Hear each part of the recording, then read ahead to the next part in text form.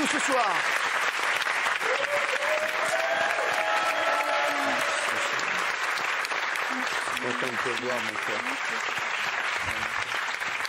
Catherine Laborde.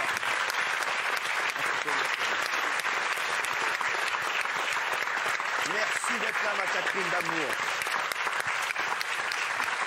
Catherine Laborde, son livre Tremblay. Catherine, je voulais absolument que tu sois là ce soir. Alors oui, s'il y a des serviettes, ne t'inquiète pas, c'est parce que on a fracassé le plateau il y a un instant pour une autre émission. C'est toujours 2 salles, 2 ambiances avec moi. Hein, voilà. Mais je voulais absolument que tu sois là parce que pour moi, tu as été le plus beau moment que j'ai vécu dans cette émission.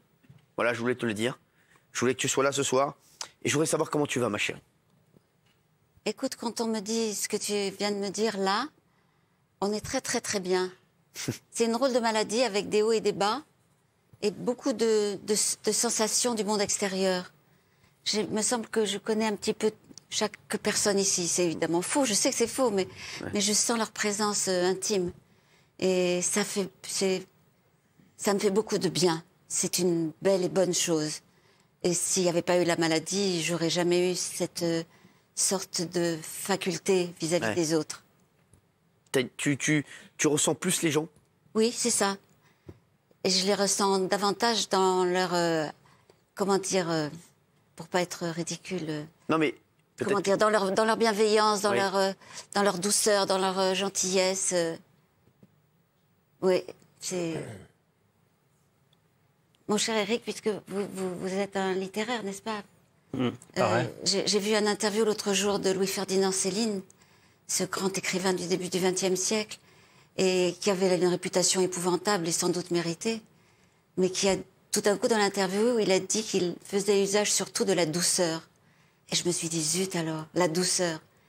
Franchement, c'est une des plus belles choses de la vie, la douceur. Hein? C'est vrai. Et dans le monde où on est, avec ce rythme obligatoire de la maladie, des pépins, des choses pas drôles, il peut y avoir la douceur, quoi. Alors, Catherine, vous étiez venue nous voir le 19 octobre. Depuis, vous vous battez contre la maladie. Quel souvenir vous avez de cette venue sur le plateau? Parce que vous nous avez confié beaucoup de choses. J'étais très émue et je n'avais pas peur, parce que j'étais peureuse déjà avant d'être malade, mais je suis extrêmement peureuse. Et avec vous, Cyril, dans vos bras, eh bien, je n'avais plus peur de rien. Et ça, c'était un sentiment extrêmement joyeux. Bah, il faut rester tout le temps dans mes bras, alors. Hein.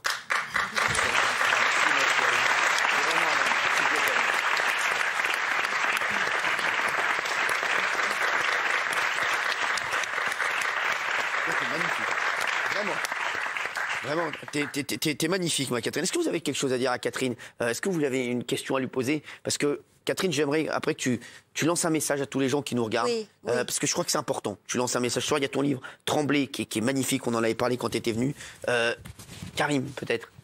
Moi, j'ai pas envie de lui poser des questions. J'ai envie de lui dire ce qu'elle me fait ressentir. Voilà, c'est ça. Ouais. Ce qu'elle me fait ressentir. Je l'avais dit le soir qu'elle était venue nous rendre visite, et je le redis ce soir.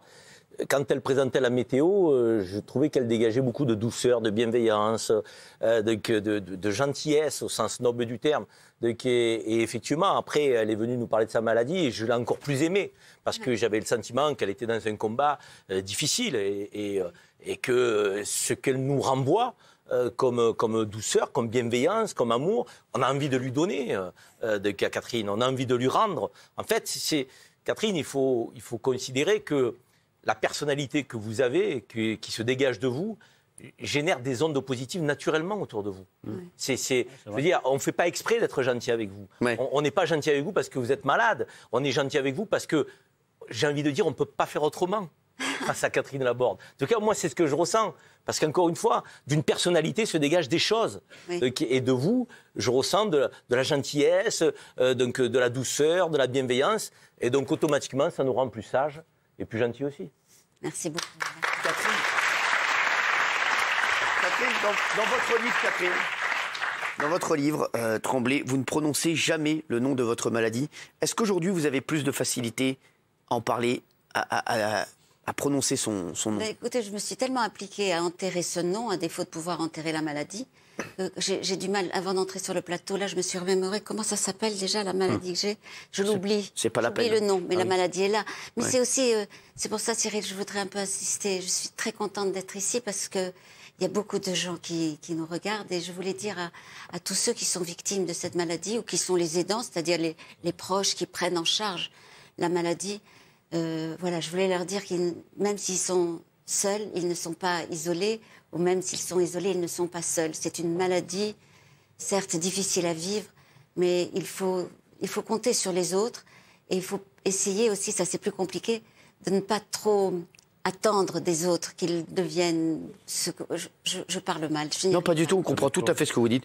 Vous dites, oui, vous pensez que on peut, quand on est malade, quand on est atteint de cette maladie, peut-être attendre beaucoup des autres, peut-être, et peut-être Oui. trop compter sur les autres. Oui, mais trop, parce que c'est trop lourd pour eux. On les appelle les aidants, vous savez, C'est ça. il y a un mot en plus. C'est ceux qui veillent à ce que... Pourquoi vous culpabilisez parfois, vous dites, peut-être que je demande trop à ces oui. aidants. Ah, c'est sûr. C'est vrai? C'est sûr, il paraît d'ailleurs que quand il y a un couple comme ça de malades aidants aidés, ce sont les aidants qui disparaissent les premiers, tellement la vie est difficile pour eux. Et sans doute, comme vous le dites, avec beaucoup de culpabilité inutile. Mais voilà, je voulais insister et dire aux gens qui nous regardent que voilà, on n'est pas tout seul, on n'est pas isolé et qu'il faut prêter attention aux aidants. Je voudrais dire merci à Catherine Laborde d'être venue nous voir aujourd'hui.